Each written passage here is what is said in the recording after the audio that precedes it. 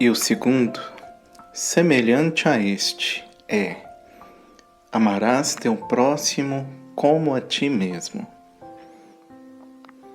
Louvado seja o nosso Senhor Jesus Cristo, para sempre seja louvado. Que a paz do Senhor, que excede todas as coisas, esteja e permaneça para sempre em nossos corações. Amados do Senhor, continuamos então com muita alegria em nossos corações na nossa busca diária pela verdade, pelos princípios eternos, por aquilo que não passa. Hoje nós estamos no capítulo 22 do Evangelho de São Mateus, versículo 39, que é uma continuação daquele que nós lemos ontem, versículo 37. Lembramos então que haviam perguntado para Jesus qual seria o maior dos mandamentos. Ontem refletimos quando Jesus disse: amarás o Senhor teu Deus de todo o teu coração, de toda a tua alma e de todo o teu espírito. No versículo 38, então, ele completa: este é o maior e o primeiro mandamento. No versículo de hoje, então, ele fala: o segundo, semelhante a este: amarás teu próximo como a ti mesmo. E no versículo 40, ele fala que nesses dois mandamentos se resumem toda a lei e os profetas. Ou seja, todo o Antigo Testamento está resumido em amar a Deus acima de todas as coisas e amar o próximo como a ti mesmo. E é importante nós meditarmos e refletirmos sobre este segundo mandamento que Jesus fala. Jesus mesmo afirma que é semelhante.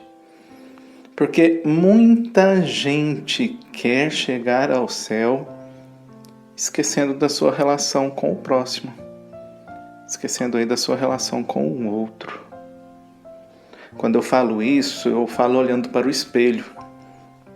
Eu me lembro que entre os anos 2000 e 2004 eu vivi uma crise espiritual, uma verdadeira crise espiritual. E ali eu não abandonei a religião porque eu tinha vivido coisas profundas na minha base espiritual entre o ano 1995 e o ano 2000, em que nada que fosse racional poderia explicar e justificar o que eu havia vivido e experimentado. Eu tinha vivido o toque de Deus, eu tinha experimentado. Assim como Maria Madalena havia falado, eu poderia falar claramente: eu vi o Senhor, eu senti o Senhor. Então eu não podia negar a existência de Deus e muito menos querer viver longe da presença de Deus. Mas aconteceu que durante quase 4 anos eu passei por uma secura, eu passei por um deserto. Quando então eu resolvi voltar a frequentar grupos de oração, buscar essa religiosidade, resgatar o que eu havia perdido, um erro grotesco começou a ser realidade dentro do meu coração.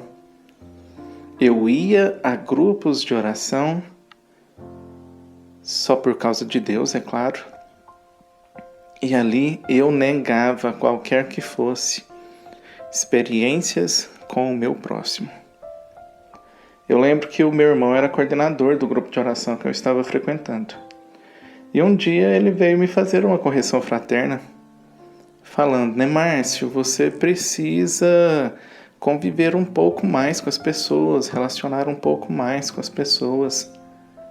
Porque de fato eu não me relacionava com ninguém ali. E aí então eu falei para ele: Fernando, eu estou aqui única e exclusivamente para me relacionar com Deus. Hoje eu olho para trás e vejo quão enganado eu estava. Porque numa leitura até mesmo superficial da Bíblia, nós vemos claramente que Jesus aponta para o próximo. No Sermão da Montanha, ele aponta muitas vezes para o próximo.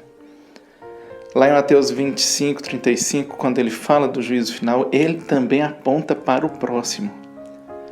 Então, uma religião em que o próximo não é uma ponte para eu me encontrar com Jesus, é uma religiosidade falsa. Porque, olha bem esses dois mandamentos: amar a Deus acima de todas as coisas, ao próximo como a ti mesmo.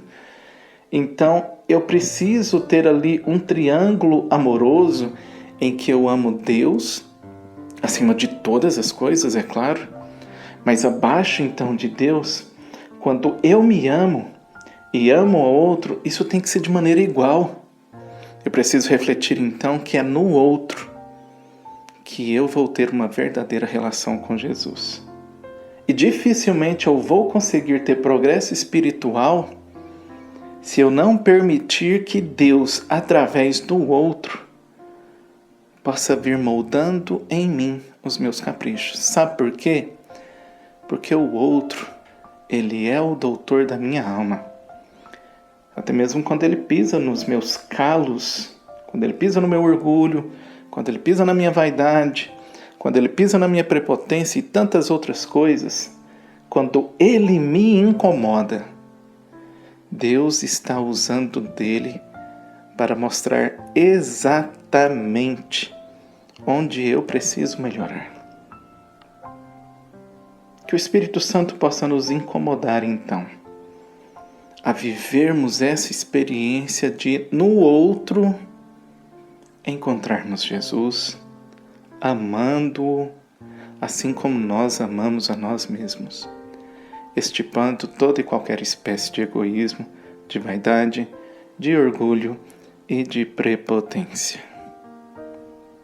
Fala, Senhor, que o teu servo escuta.